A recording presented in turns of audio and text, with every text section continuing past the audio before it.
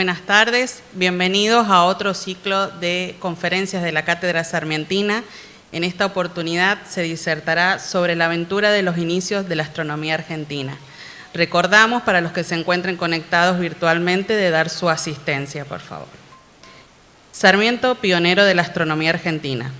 El poder y la riqueza y la fuerza de una nación dependen de la capacidad industrial, moral e intelectual de los individuos que la componen.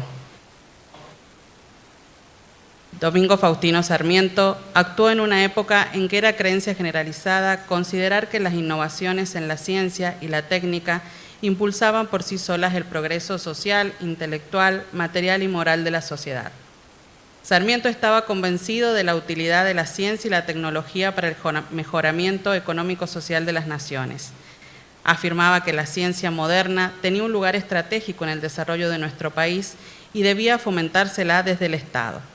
La ciencia también permitiría relevar y conocer las riquezas naturales y humanas del país y, basados en esos conocimientos ciertos, diseñar y redirigir las políticas necesarias para la consecución del progreso y el bienestar general. En el proyecto modernizador de Sarmiento, el progreso tendría por fundamento la ciencia, que se difundiría a todos por medio de un sistema educativo generalizado, aumentando la calidad de vida de la comunidad. Desde muy joven, Sarmiento había demostrado su interés por la astronomía. En Chile, tuvo la oportunidad de conocer al teniente Hills de la Armada estadounidense, fundador del Observatorio Nacional de Chile en 1849.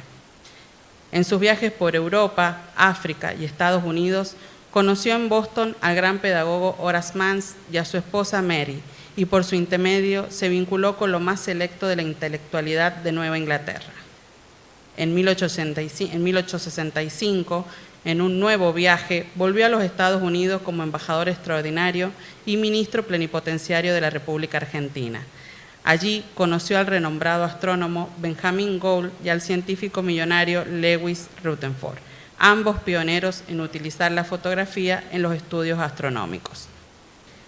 En consecuencia, a finales de 1865, el prócer ya se había propuesto el objetivo de fundar un observatorio en la Argentina, y así lo expresó en un discurso ante la Sociedad Histórica de Rhode Island.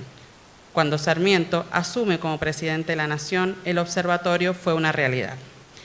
El 31 de octubre de 1869 se firmó la Ley de Presupuesto, que incluía el Observatorio Astronómico, y posteriormente se emitió el decreto que designaba a Benjamin Gould su primer director.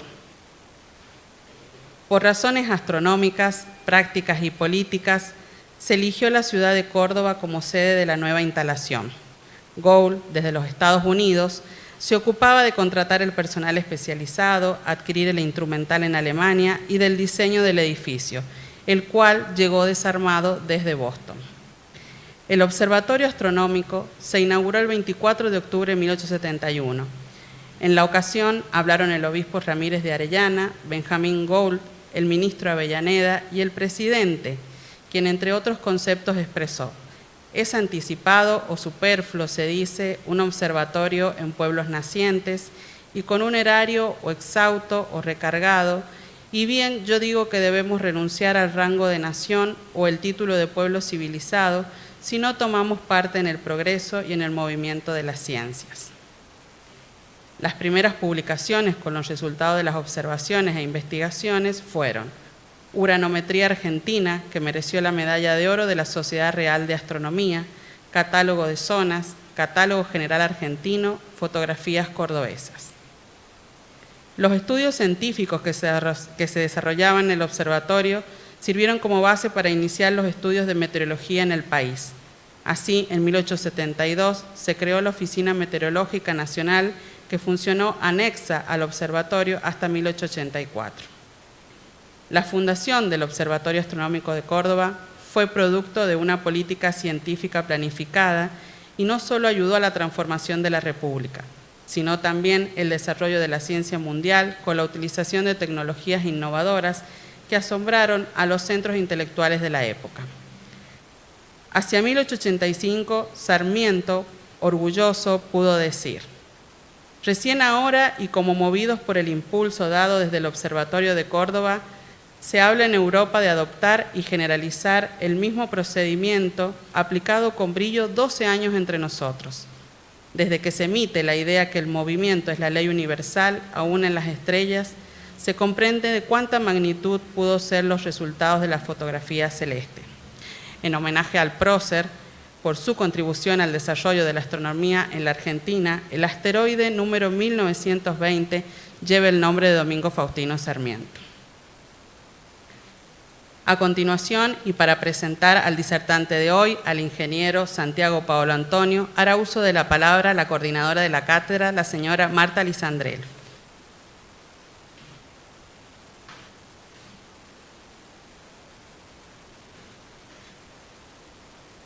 El ingeniero Santiago Paolo Antonio es ingeniero, máster en Administración Educacional, con un postítulo en Educación y Comunicación de la Astronomía. Investigador de la historia de la astronomía argentina, en particular del Observatorio Nacional Argentino.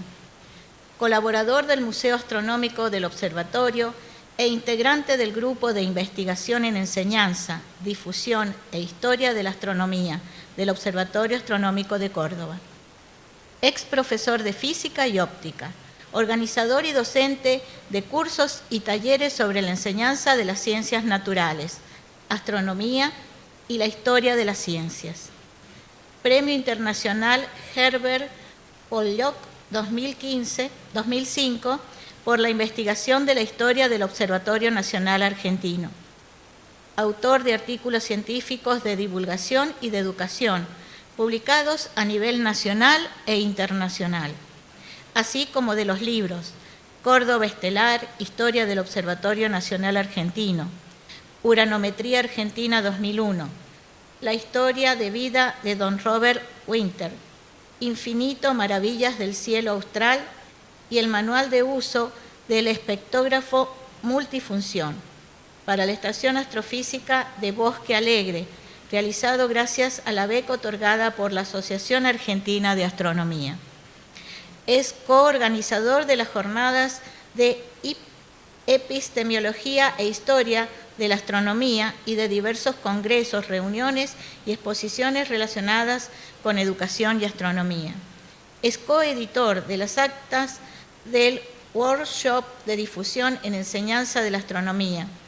Formó parte del Comité Científico del Planetario Malargüe y de los Workshops de Difusión en Enseñanza de la Astronomía. Conferencista invitado sobre historia y educación de la astronomía. Ha desarrollado tareas de investigación en el área de la astrofísica, astronomía extragaláctica y espectroscopía. Como aficionado a la astronomía, realizó diversos trabajos, especialmente vinculados a la observación de las estrellas variables. Es miembro honorario de la Unión Astronómica Internacional, socio de la Asociación Argentina de Astronomía, ex miembro de la Coordinación Nacional de la Enseñanza de la Astronomía de la Unión Astronómica Internacional. Los dejo en compañía de nuestro disertante.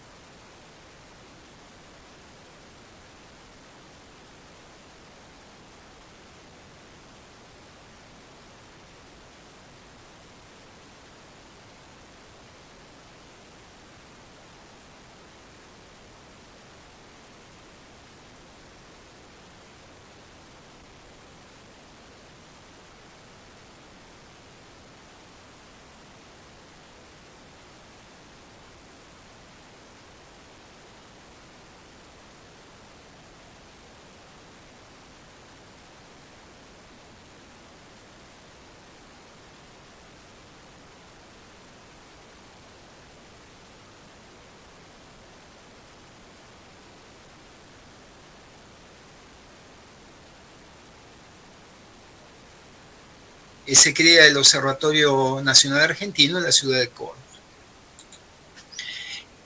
que formó parte de una política científica planificada, porque en forma prácticamente simultánea aparece la Academia Nacional de Ciencias por la ley de 1869, pero en realidad se entra en funciones en el 74, la Exposición Nacional que se hace también en Córdoba, 71-72, la Oficina Meteorológica que nace del mismo observatorio y la Facultad de Ciencias en la Universidad de Córdoba, que era, acuérdense, la universidad más antigua que tenía el país, pero que en la ciencia no estaban incluidos. Por supuesto, la presencia de todas estas instituciones en Córdoba tuvo una reacción inmediata en Buenos Aires, que en realidad no toleraba demasiado digamos, el no haber tenido en la ciudad estas instituciones tan importantes. Entonces se empiezan a multiplicar, a producir otras asociaciones similares, ¿no? La Sociedad Científica Argentina, el Observatorio Naval en el 80 y el Observatorio de La Plata a fines del 82. ¿Cuáles son los antecedentes? Porque no empieza, por supuesto, todo esto en el 71. En el tiempo de la colonia no puedo dejar de mencionar a un jesuita, Buenaventura Suárez, nacido en Santa Fe de Veracruz, ¿no? En la Córdoba de Nueva Andalucía, estudia y trabaja en las misiones del norte de la Argentina, en la que están en la zona de Misiones y Paraguay, específicamente la de San Cosme y San Damián. Pero Galileo criollo americano, como nos gusta llamarlo, fabrica sus propios instrumentos y realiza una gran cantidad de observaciones de distintos tipos. Pero su producción, la producción más importante que predomina, más allá de que él publica en revistas internacionales, fue unas efemérides denominadas lunario de un siglo, efemérides que abarcaban un siglo, entre las que se incluían, por ejemplo, predicciones de eclipses de sol y de luna. Y esto es importante por lo que les voy a comentar a continuación. 1816, la Declaración de Independencia, de la Revolución de Mayo, ya estamos hablando de la idea de la Argentina. De Buenaventura Suárez, este jesuita, muchos hablan de que es el primer astrónomo argentino, e incluso los paraguayos, como trabajó en esa zona, hablan del primer astrónomo paraguayo, y no cabe ninguna duda, no era ni argentino ni paraguayo, sino un criollo. Fue muy anterior a la creación justamente de la República.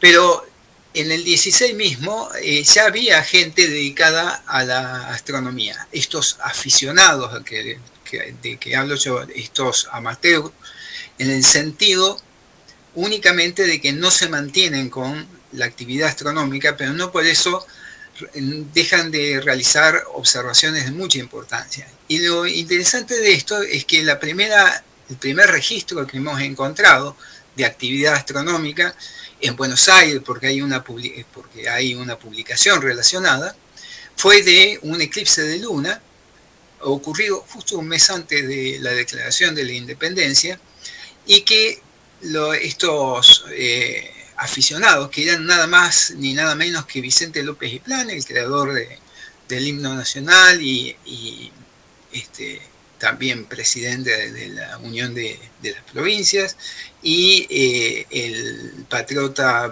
el sacerdote Bartolomé Muñoz, hicieron las observaciones para verificar las predicciones de Buenaventura Suárez, ¿no? Por eso no quería dejar de mencionar ese antecedente.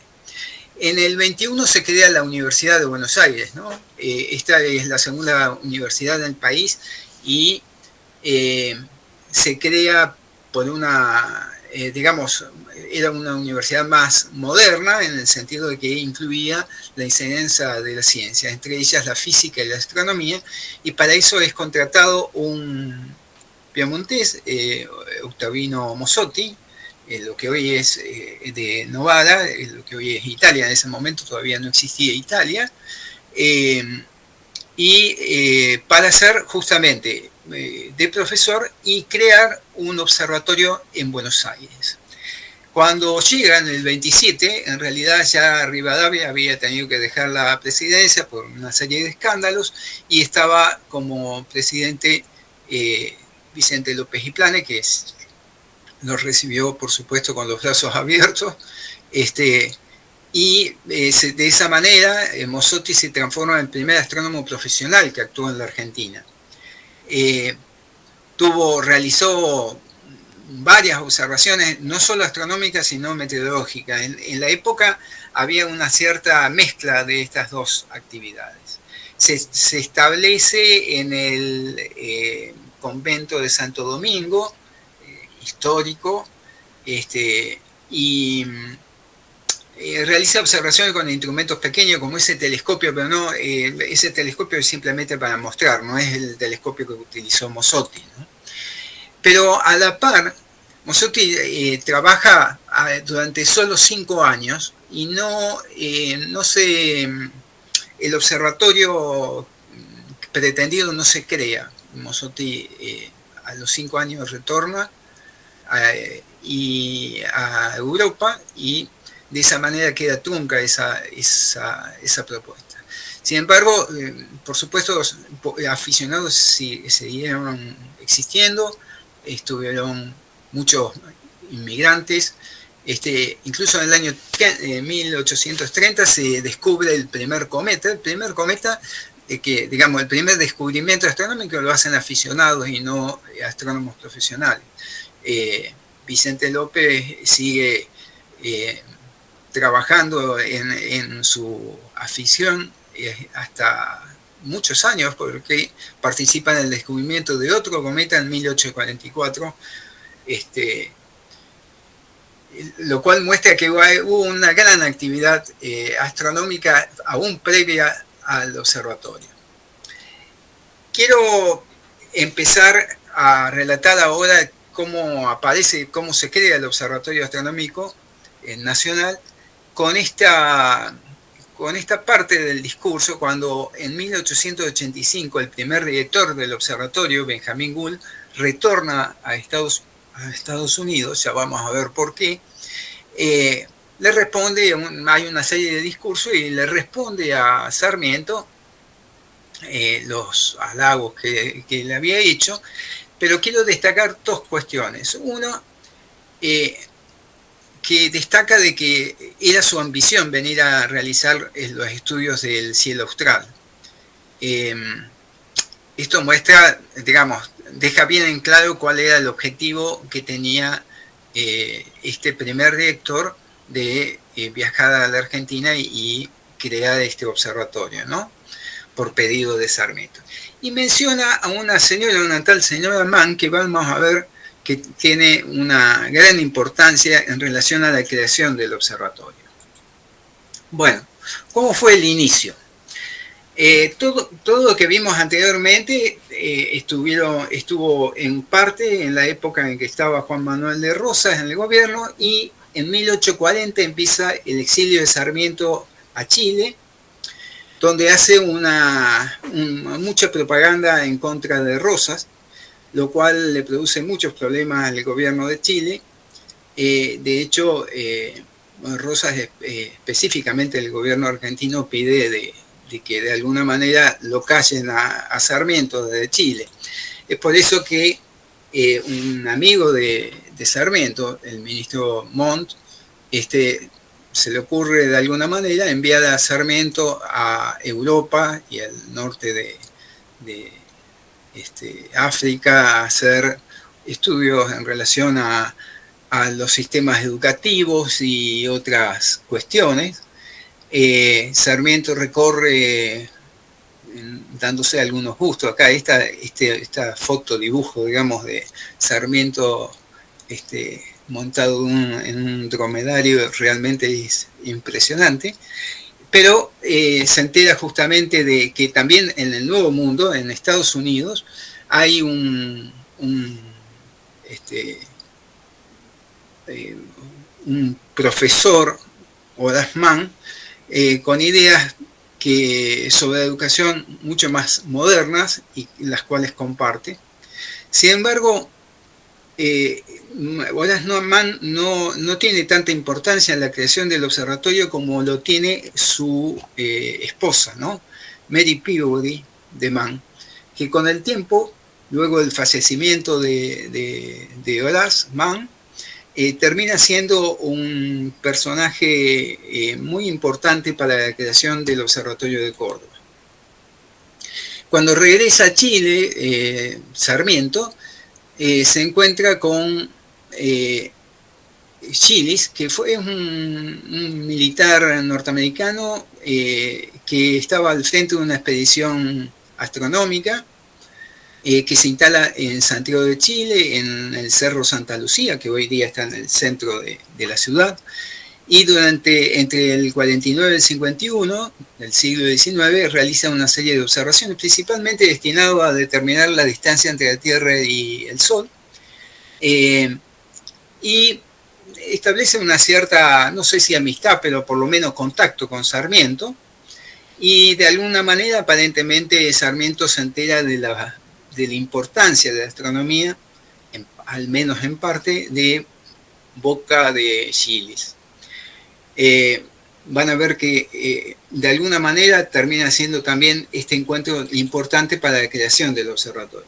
Sarmiento retorna, bueno, hace varias cosas, termina siendo un ministro plenipotenciario en Estados Unidos, enviado por Mitre, algo así como un embajador que todavía no existía en ese momento, acompañado nada menos que por el hijo del presidente, Bartolito.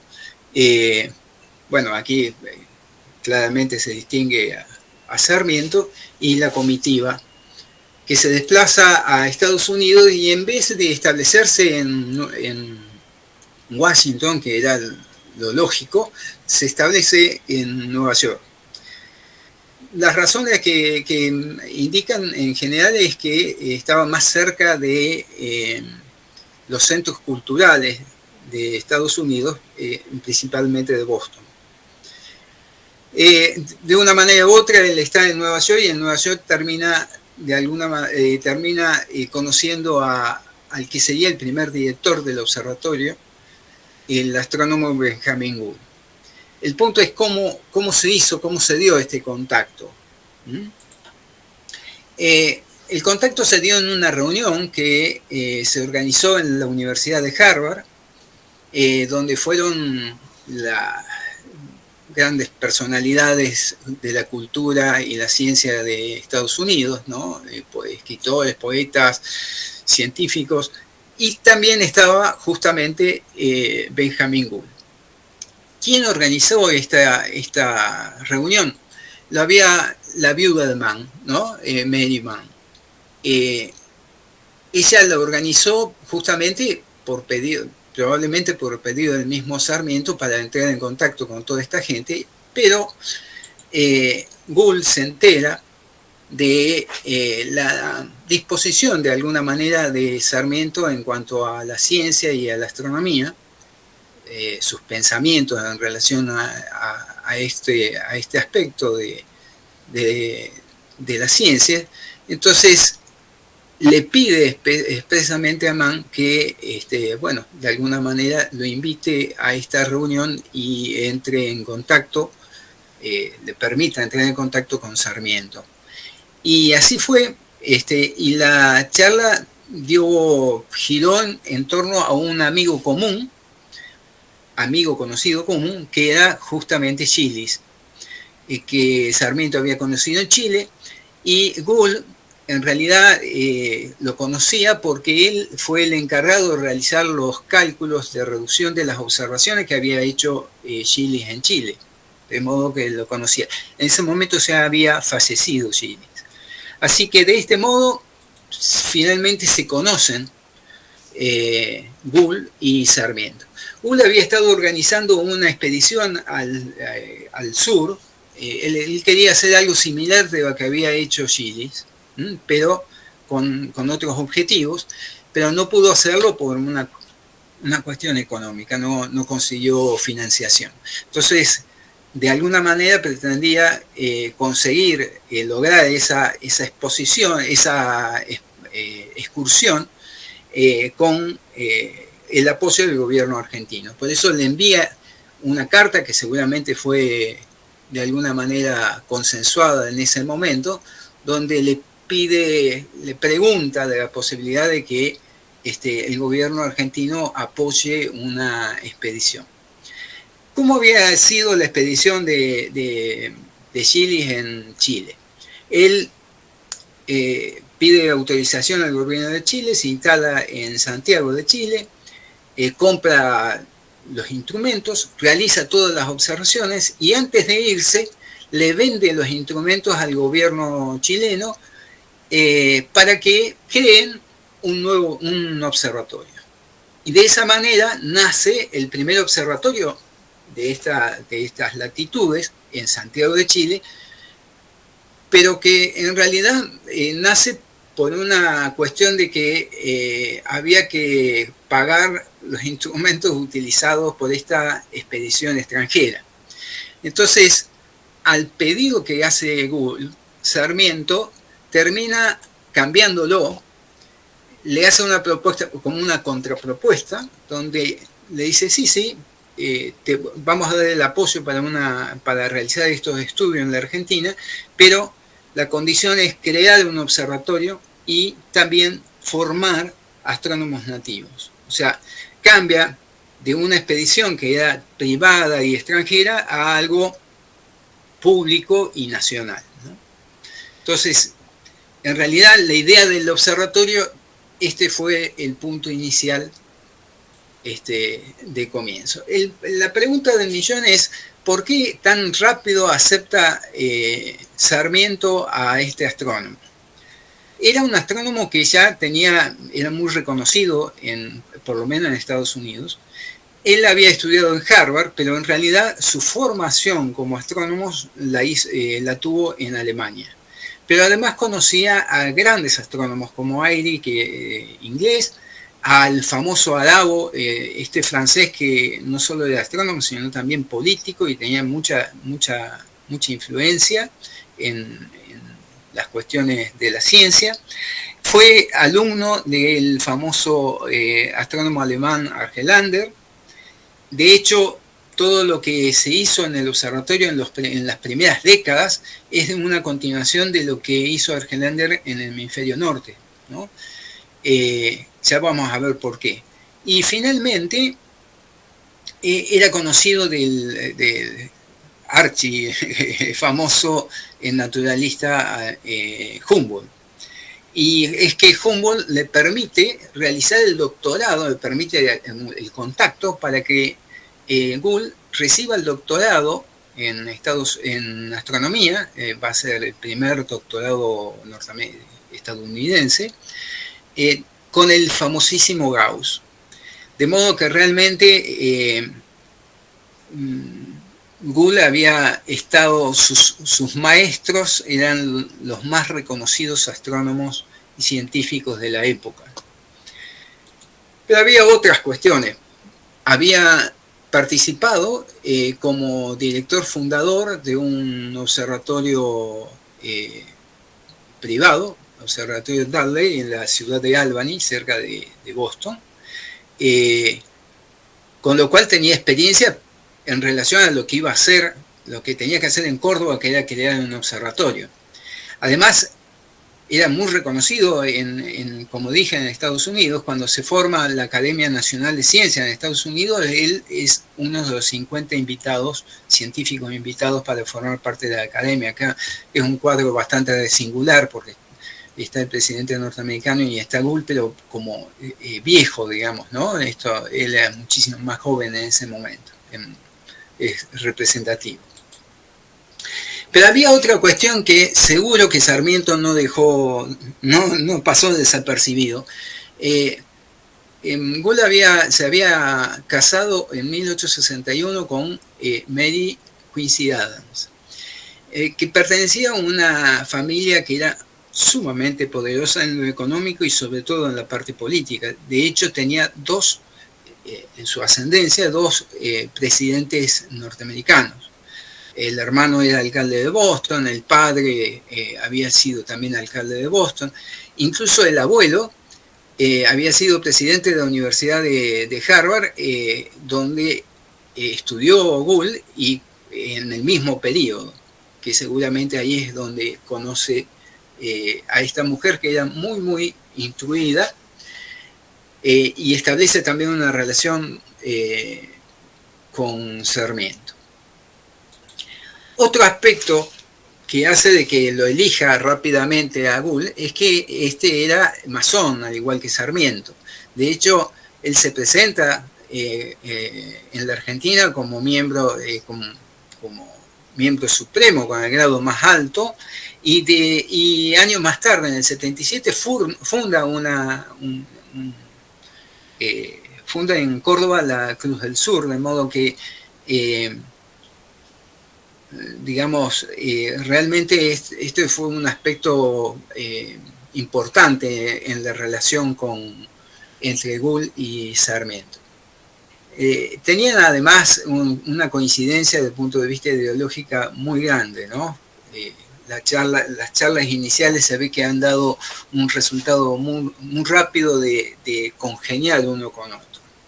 Las cartas que hay de intercambio muestran justamente que coincidían en muchos aspectos en sus pensamientos. Esta es la razón por la cual se eligió a Gould rápidamente. ¿Por qué Gould acepta? Ya lo comenté, quería hacer una expedición, ya la tenía planeada y esto le daba la oportunidad de hacerlo. ¿Por qué quería venir al sur a hacer esta expedición? ¿Y por qué la creación del observatorio tuvo una gran repercusión y un gran número de adhesiones de distintas instituciones de Europa y de Estados Unidos? La razón era muy simple: los cielos del sur estaban muy poco observados, sobre todo muy poco observados con instrumentos de calidad. Y había otro aspecto más, que los observatorios existentes en ese momento estaban casi todos por arriba del Ecuador, o sea que los estudios principalmente astronómicos estaban dirigidos a la esfera celeste en la parte norte. Y en el sur había un número de observatorios muy pequeño. Este es el de Chile, que después de su creación tuvo muy poca actividad durante muchos años. Este es el de Río de Janeiro, que era un observatorio más bien naval, recién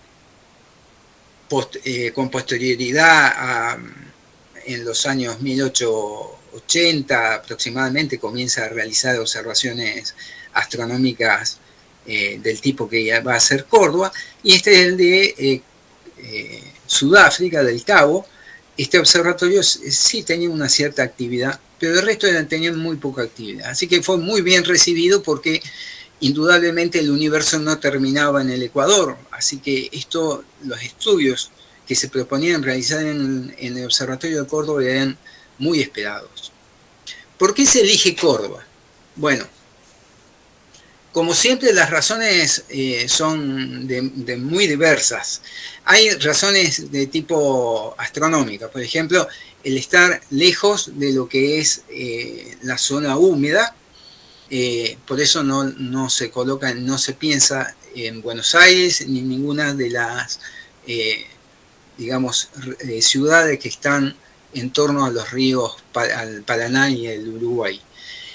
También se quería estar lejos de la zona de la cordillera por el tema de los sismos que afectaban a los instrumentos, del tipo de instrumento que se utilizaba, ya lo vamos a ver, y que lo tuvo muy mal, muy mal a Gilis con los sismos. Se atrasó mucho en diversas observaciones debido a eso. Hay que recordar también que en Córdoba había muchísimos días, todavía los hay, por desgracia, muchos días sin lluvia. Claro, es una zona semidesértica, pero claro, no había antecedentes, no había muchos estudios, pero muchos días sin lluvia no quería decir muchos días despejado. Esto fue una elección media como errada debido a la falta de información. Recordemos que en esa época la línea de Fortines estaban a la altura de Río Cuarto, digamos, la ciudad de Río Cuarto, más o menos, con lo cual lo que estaba al sur de esa línea de Fortines no se podía elegir, o no era conveniente elegir. Y otra cuestión es que un año antes de la creación del observatorio se inaugura la línea ferroviaria entre Rosario y Córdoba, que junto con el Paraná, con la vía del Paraná, permitía acceder a Córdoba muy rápidamente y poder trasladar los instrumentos que eran sumamente pesados.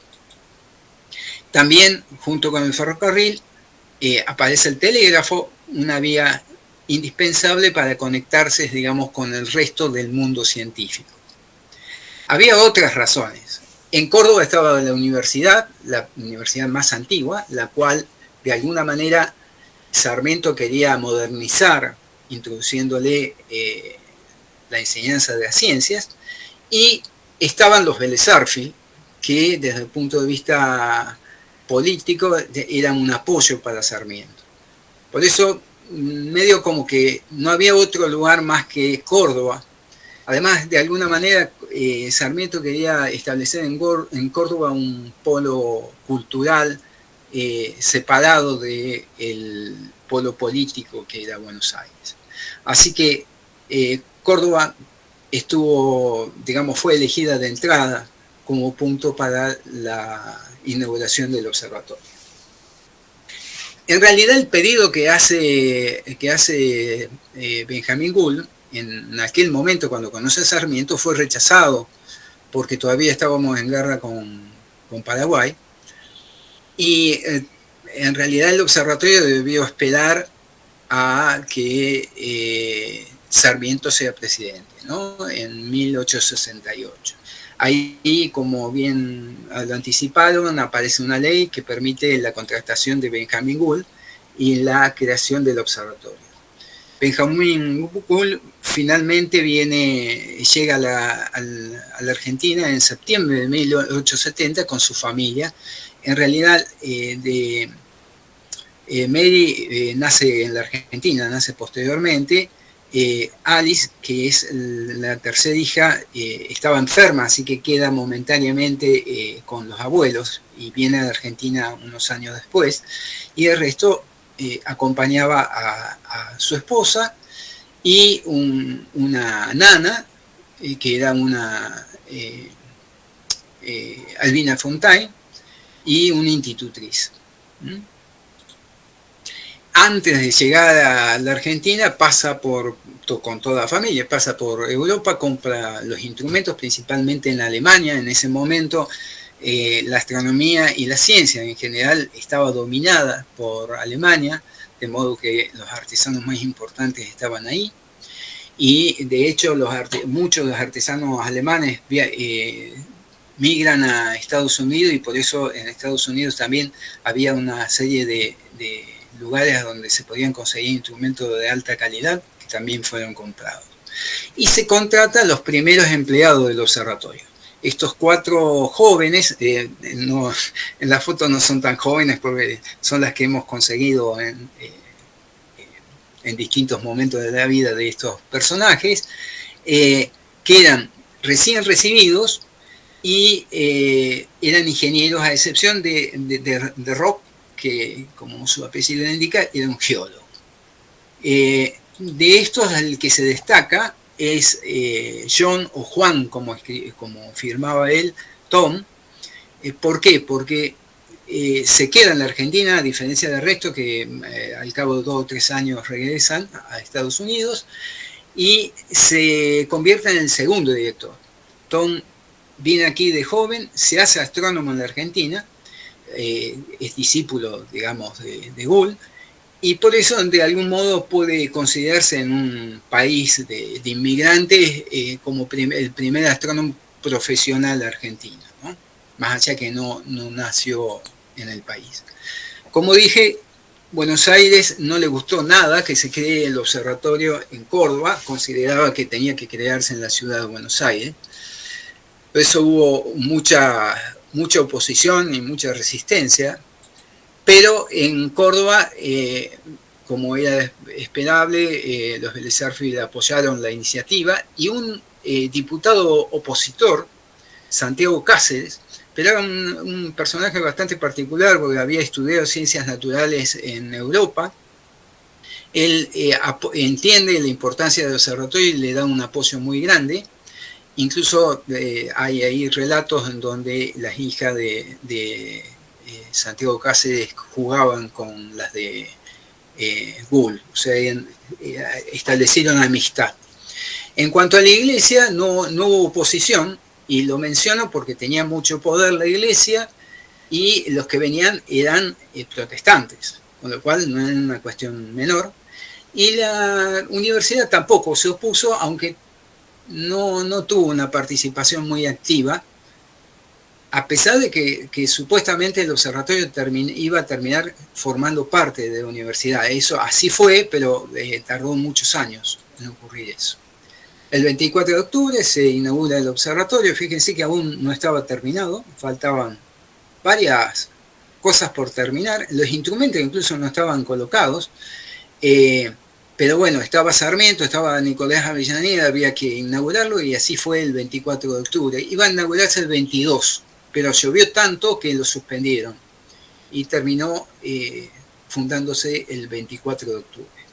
Esta es una foto posterior donde se ve, este es el observatorio, y estas son casas. Esta es la casa donde vivía Benjamín Gould con su familia y donde vivieron los distintos directores posteriormente, y esta casa era donde vivían el resto de empleados. Esto estaba muy cerca de la ciudad de Córdoba, aunque el cerca en ese momento, de hecho hoy está en el centro de la ciudad prácticamente, pero en esa época se llamaba Los Altos, un lugar alto, estaba lleno de barranca y era muy difícil de acceder a este sitio, por eso directamente los astrónomos vivieron en el predio.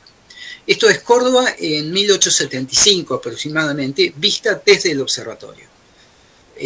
Una ciudad de 30.000 habitantes, iluminada por farolas de querosén, dominadas por las cruces de las iglesias. Aquí está la catedral, no sé, creo que se ve el cursor, la catedral, la Compañía de Jesús, San Francisco, de distintas iglesias. Aquí es un hotel ya desaparecido, el Aguatero y el Burrito Cordobés. ¿Qué pasa cuando se inaugura el observatorio? Aparece, digamos, se desata la guerra franco-prusiana, por lo cual los instrumentos que habían sido adquiridos en Alemania quedaron en puerto a la espera de la terminación de la guerra. Entonces, la idea que tuvo Gould es emplear a la gente mientras esperaban los instrumentos, y la idea fue realizar un mapa de los cielos vistos así, de los cielos de Córdoba, visto a simple vista, sin instrumentos. Estos catálogos, o atlas y catálogos, se denominan uranometrías.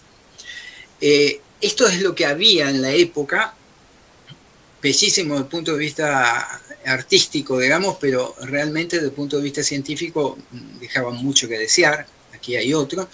Muchas figuras, pero las estrellas muy difícil de ubicar con las coordenadas. Ya la astronomía había avanzado demasiado y este tipo de atlas y catálogos no tenían utilidad. Por lo tanto, fíjense en la fecha, el 14 de noviembre de 1870 se comienza a trabajar en la primera obra que sería del observatorio. El primero que hace una observación es William David, y acá están una reproducción de las libretas originales que están en el museo del observatorio. La primera estrella es Fomalhaut, alfa del pez austral, y esto era como un croquis que se realizaba para posteriormente hacer los atlas, ¿no? Entonces se empezó a trabajar. De hecho, cuando se inaugura el observatorio, que sería la uranometría argentina, o sea, este mapa del cielo visto desde Córdoba a lo largo del año, acompañado con un catálogo donde estaban todos los datos de las estrellas, ya estaba prácticamente terminado. De todos modos, como verán aquí, se alcanza a ver, recién fue publicado en 1877 porque hubo que hacer varios estudios y además conseguir el dinero para hacerlo. Aquí hay un mapa, fíjense, uno de los mapas, qué distinto que es, ninguna figura, Gould odiaba esas figuras alegóricas, con las constelaciones bien definidas, las posiciones de las estrellas, y este es el catálogo, una hoja de un catálogo. Aquí puse simplemente un detalle de estas páginas y una foto de la misma región del cielo, de la Cruz del Sur, donde se ve claramente que lo que se trató de hacer es prácticamente un dibujo que sea casi una foto del cielo. Los estudios llevaron al descubrimiento de un montón de estrellas que variaban de brillo, más de 100, en una época donde el total que se conocía era justamente de 100, 120, por lo tanto fue una contribución muy importante. Mientras tanto, Gould, mientras que se hacían las observaciones, Gould no observaba porque tenía una miopía muy grande, entonces no podía hacer las observaciones. Él se dedicó a estudiar todos los antecedentes, atlas y catálogos existentes, algunos de varios siglos antes. Todo esto son reproducciones de lo que está en la biblioteca del observatorio, de los atlas originales, ¿no? De las publicaciones originales.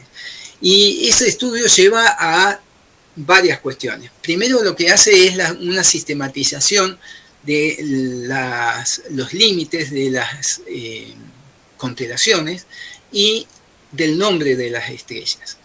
De una manera tan buena que casi 70 años más tarde, la Unión Internacional de Astronomía la toma, mejor dicho, el encargado del Porte, un astrónomo belga, el encargado de la Unión Internacional de Astronomía para definir las constelaciones, toma como referencia la uranometría argentina. O sea, las 88 constelaciones hoy existentes, los límites y demás, en gran medida se deben a esta primera obra. Y también se descubre un sistema estelar nuevo que es muy difícil de ubicarlo a simple vista, si no es a través de un estudio sistemático de las posiciones de las estrellas, al que se denominó cinturón de Gould. En realidad tendría que haber sido cinturón de la uranometría argentina, pero bueno, terminó siendo con el apellido del director, y que un sistema estelar que aún hoy es objeto de estudio. Paralelamente a la observación a la creación del observatorio, aparece la exposición nacional, también en Córdoba.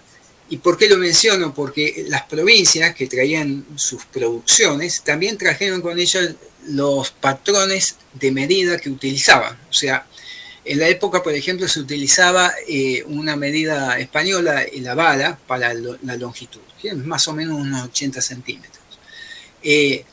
Pero cada provincia tenía un patrón de una vara que era ligeramente distinta. Generalmente eran trozos de madera de cierta longitud que decía, bueno, esto es una vara, lo cual hacía de que a nivel país hubiera un caos total en relación a las unidades de medida, tanto de longitud como de peso, principalmente, y eso afectaba el comercio interno y el comercio internacional.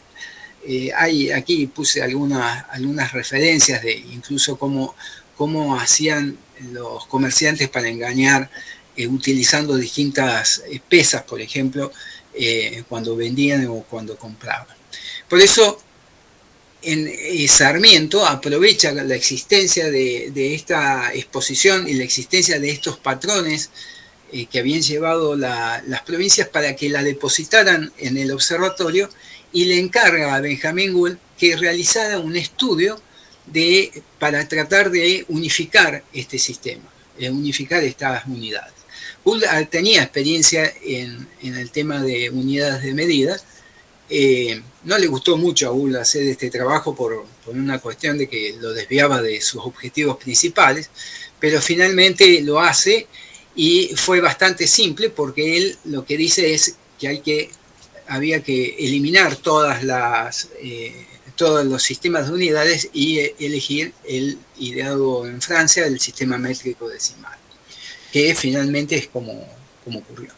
En 1872 finalmente termina la guerra franco-prusiana y llega el primer instrumento, el más importante, que se llama círculo meridiano. Es un telescopio muy particular porque solamente se mueve en un sentido. Está diseñado específicamente para determinar las posiciones de las estrellas, hacer catálogos de posiciones. Aquí hay una foto de cuando se lo colocó, y aquí es como uno de los astrónomos están utilizándolo. Básicamente el instrumento apunta al cielo a un lugar determinado, y se deja que la estrella se vaya acercando al centro del campo, que se determina con un retículo, y en el momento que pasa por el centro del campo, pasa por el meridiano del lugar, se determina la hora, el momento en que pasó, y con eso se puede determinar las coordenadas. Pero para que esto ocurra, ¿qué se necesitaba? Un reloj de alta precisión. Por eso se compra en Alemania un reloj de alta precisión, un péndulo, que fue probablemente el primero que llegó a la Argentina de este tipo, ¿no? Había muchos relojes, pero de la precisión de este tipo de aparatos no había. En un momento en que, como dije, los relojes eran muy escasos y en general se utilizaban todavía relojes de sol. La presencia del círculo mediano y de este reloj permitió, y además de la red de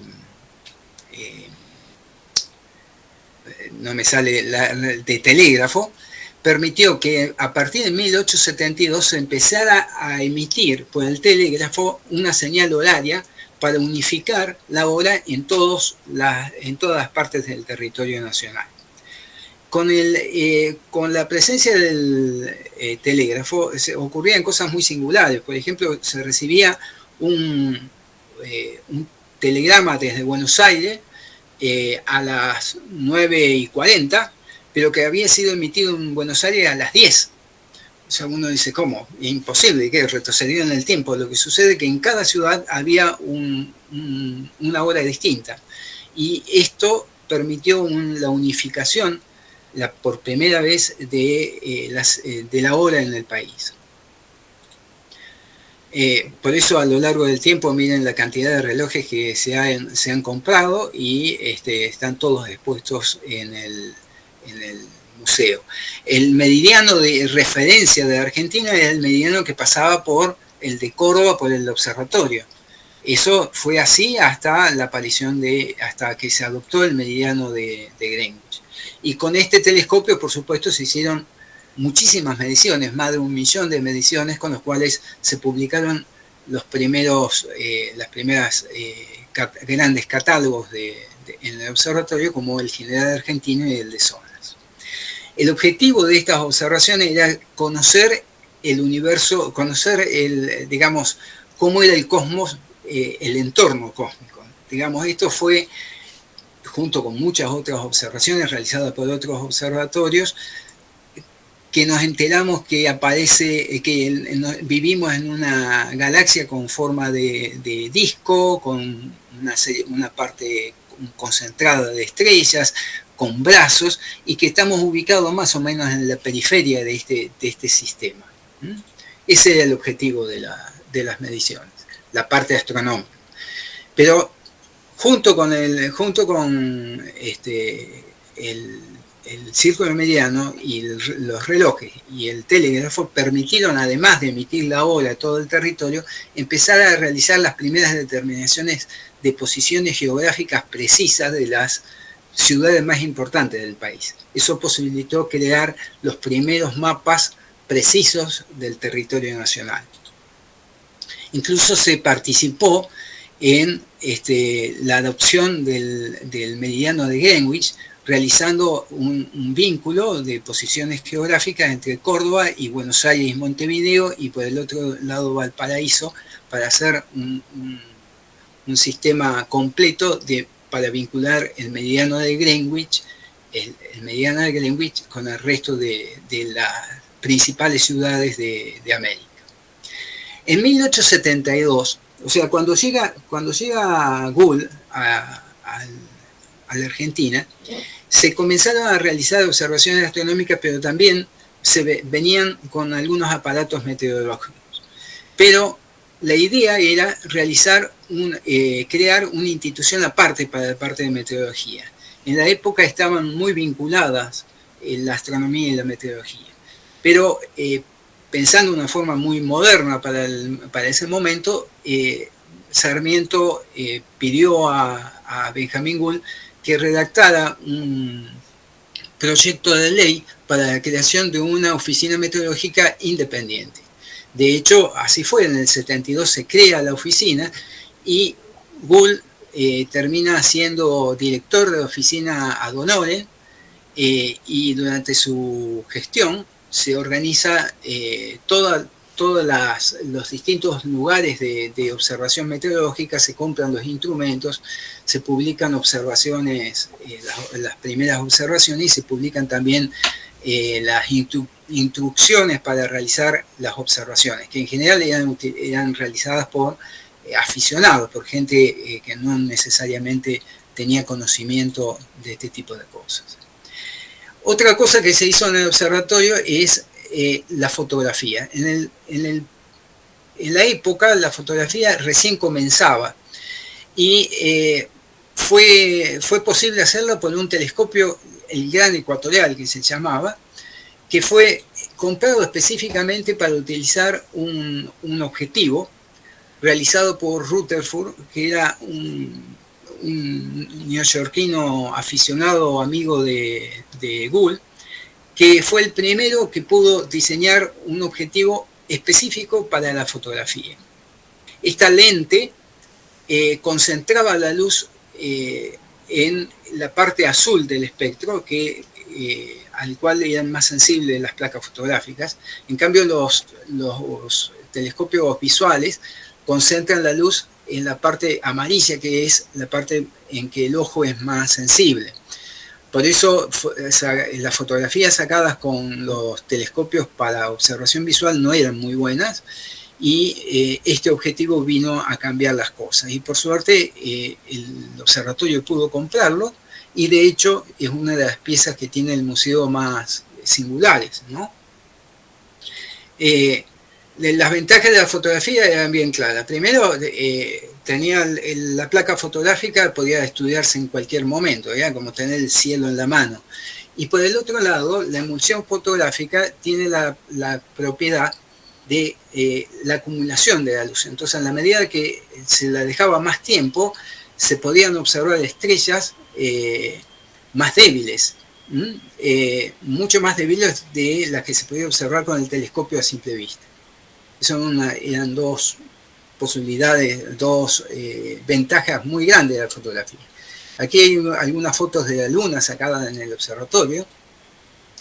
El objetivo era principalmente realizar esto, determinar las posiciones de las estrellas fotografiadas. Esto es un dibujo, en realidad las fotografías no fueron reproducidas, sino fueron reproducidos dibujos de las placas fotográficas, y esas posiciones en forma relativa eran determinadas para hacer como un catálogo de estrellas, de cúmulos de estrellas del hemisferio sur. El aparato con que se hacía era no está en el museo, este aparato está en Estados Unidos porque fue un aparato que fue prestado. Estas son algunas placas, algunos ejemplos de placas fotográficas obtenidas. Fíjense que cada estrella en realidad está 2 veces porque se sacaba 2 veces la foto, se sacaba una foto, se movía el telescopio un poquito y se sacaba de vuelta la foto. ¿Para qué? Para no confundir, por ejemplo, aquí hay un punto que no es una estrella porque no tiene la par, para no confundir ese tipo de las suciedades, digamos, que aparecían en la placa, y además permitía medirla 2 veces, con lo cual aumentaba la precisión. Aquí hay, este es Alfa de Centauro, que es una estrella doble, se alcanza a ver ahí la otra estrella, y abajo hay una fotografía de Júpiter, ¿no? O sea, se practicaron muchas cosas con este método. El observatorio no tenía como objetivo determinar, descubrir cometas, pero la observación continua llevó a que, indefectiblemente, a que se descubrieran cometas. En 1880 Gould descubre un cometa que fue el primer cometa descubierto en un observatorio. Acuérdense que ya había aficionados que habían descubierto cometas desde la Argentina. Luego el gran cometa de septiembre de 1882, este cometa se podía ver de día, incluso por lo brillante que era. Y Thom también descubre otro cometa en el 87, cuando era director. Benjamin Gould renuncia a principios de 1885. ¿Por qué se retorna? Primero, básicamente había terminado los objetivos que él se había perseguido, ya había formado el observatorio, ya había gente capacitada como Thom, pero principalmente la causa fueron una serie de desgracias que ocurren a lo largo de la estadía que está en Argentina. La primera de ellas fue la muerte de las 2 hijas mayores de Gould y su mujer, que fallecen ahogadas en el río Suquía, en el río Primero. Si hoy ustedes ven el río es un hilo, pero en esa época evidentemente que no estaba el dique San Roque y demás, y seguramente había una crecida, ocurre que las chicas, las niñas entran al río para bañarse y las arrastró. La nana, Fontaine, cuando intenta salvarlas, digamos, se mete también con ropa y todo al río para tratar de salvarlas y termina también ahogándose. Así que las 3 fallecen en ese momento, lo cual fue un golpe terrible. Ahí la foto de abajo es de Benjamin Gould, justamente en 1874, por eso la puse, porque justo es coincidente. Y en 1883, casi 10 años después, estando en Estados Unidos en un periodo de vacaciones que tuvo, fallece su esposa. Entonces, cuando regresa a la Argentina, ya regresa con la idea de cerrar las cosas y retornar a Estados Unidos, donde había dejado sus hijas, sobreviviente, quería estar con su familia. Para colmo, cuando regresa, uno de los empleados del observatorio, que de alguna manera un muchacho joven que lo había tomado, digamos, como... él dice que era como un hijo para él, Stevens, fallece, es el primer empleado del observatorio que fallece. Ustedes dirán cómo hace para un astrónomo morir en actividad. Lo que sucede es que estaba en la casa donde estaba alojado, había una tormenta, cae un rayo sobre el techo de la casa y lo fulmina a Stevens. Él queda, esta es la lápida que le hicieron, está en el cementerio que se llama de los disidentes, ¿no? Porque eran protestantes. Cuando se retira Benjamin Gould, ¿qué ocurre? Asume la dirección Thom. Thom se casa, casi en forma inmediata, estaba de novio con esta mujer que se llama se llamaba Frances Wall, que es una de las 65 maestras, las famosas maestras norteamericanas de Sarmiento, que dicen que en realidad vinieron a lo largo de varios años para fundar, digamos, el magisterio aquí en Argentina. Ella, Wall, era vicedirectora de la Escuela Normal. La directora era una de las hermanas Armstrong, que es esta, que está junto a Tom, que es este, y esta es la maestra que la reemplaza a Wall. Así que aquí hay como una unión entre el tema de las maestras norteamericanas y del observatorio, ¿no? Este es Walter Davis, que asume la dirección de la oficina meteorológica. En ese momento, en el 85, se separan lo que es el observatorio y la oficina meteorológica. A partir de ahí son dos instituciones totalmente distintas. Lo que hace Tom es la continuación de los trabajos con un trabajo que se llama de Córdoba de Mustern. Se ha realizado, es similar a la uranometría, pero realizado con un telescopio. Hay la observación de más de 600.000 estrellas, ¿no? Es un trabajo que es muy reconocido actualmente. Finalmente, Benjamin Gould fallece en 1896. Él, cuando se va de la Argentina, se lleva las placas fotográficas que se habían hecho aquí con autorización del gobierno, porque todavía no la habían medido. Entonces, en Estados Unidos termina de medir las placas fotográficas y hacer todos los estudios. De hecho, el gobierno argentino le paga el sueldo a un ayudante en Estados Unidos. Pero a pesar de que estaba casi terminada la obra, la obra que se llama Fotografías Cordobesas termina publicándose el año siguiente de su muerte. Aquí vemos a 2 años antes, este es Benjamin Gould.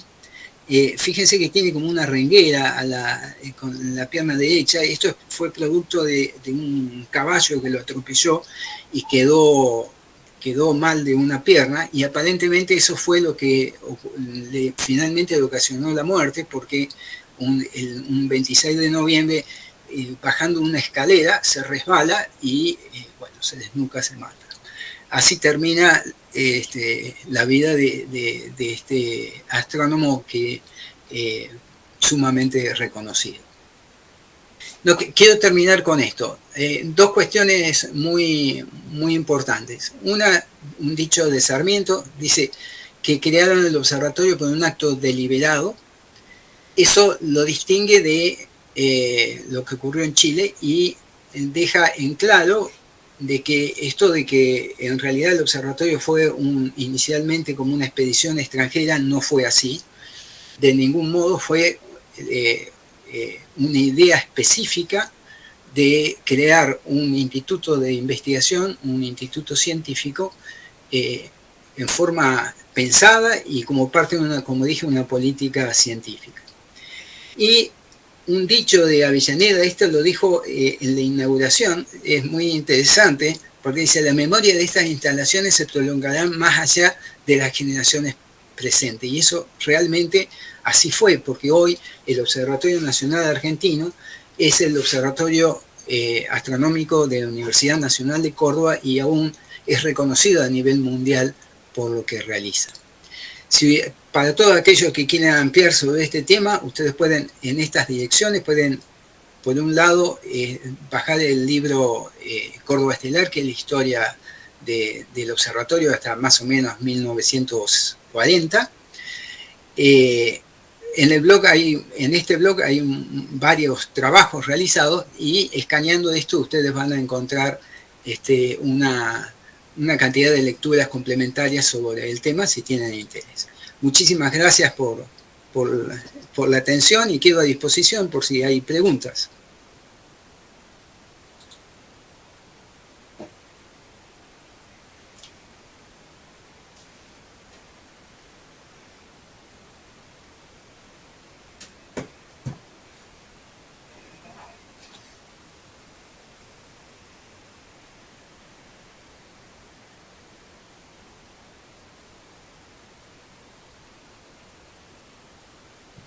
Hola, hola, ¿se escucha? Ahora escucho. En este momento se están realizando investigación en el Observatorio de Astronomía Aplicada, digamos que se esté todavía utilizando para datos y descubrimientos en el presente. Sí, sí. En la Argentina hay muchos observatorios muy importantes, no cabe duda, pero el Observatorio de Córdoba, después de toda esta época, siguió realizando obras importantísimas hasta la actualidad. Actualmente la astronomía giró ya hace un tiempo bastante grande hacia lo que se llama la astrofísica, el estudio de la composición química de los cuerpos. Y en el observatorio hay muchos estudios, hubo y hay todavía muchos estudios relacionados con las galaxias ya. O sea, imagínense que después de un siglo y medio la astronomía fue avanzando y fueron cambiando los motivos de estudios, pero sigue siendo exactamente lo mismo. Y de hecho el personal, hay muchísimos astrónomos, no sé, no me animaría a decir cuántos, y a diferencia de las primeras épocas que vieron que no aparecen mujeres como investigadoras, en la actualidad yo creo que fácilmente más de la mitad de los astrónomos del observatorio son mujeres. Pero también, bueno, está el Observatorio de Plata, que también está realizando estudios muy importantes, incluso son estudios que se publican a nivel mundial. Hay digamos, el Observatorio de Córdoba se potenció mucho cuando se creó la Estación Astrofísica de Bosque Alegre con el telescopio de 1,5 metros, ¿no? Eso en el año 42, 1942. Y a partir de ahí fue un referente regional. Después, bueno, aparecieron otros telescopios, otros elementos, así que sí, se está haciendo todavía investigaciones muy importantes para la astronomía mundial.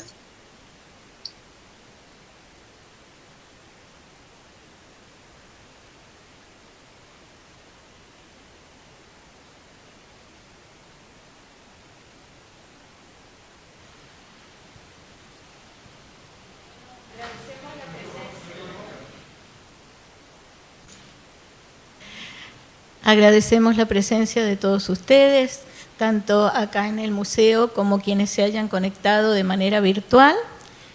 Y los invitamos para el día 25 a la próxima Cátedra Sarmientina, donde va a disertar el doctor Sierre. Quedan todos invitados. Gracias.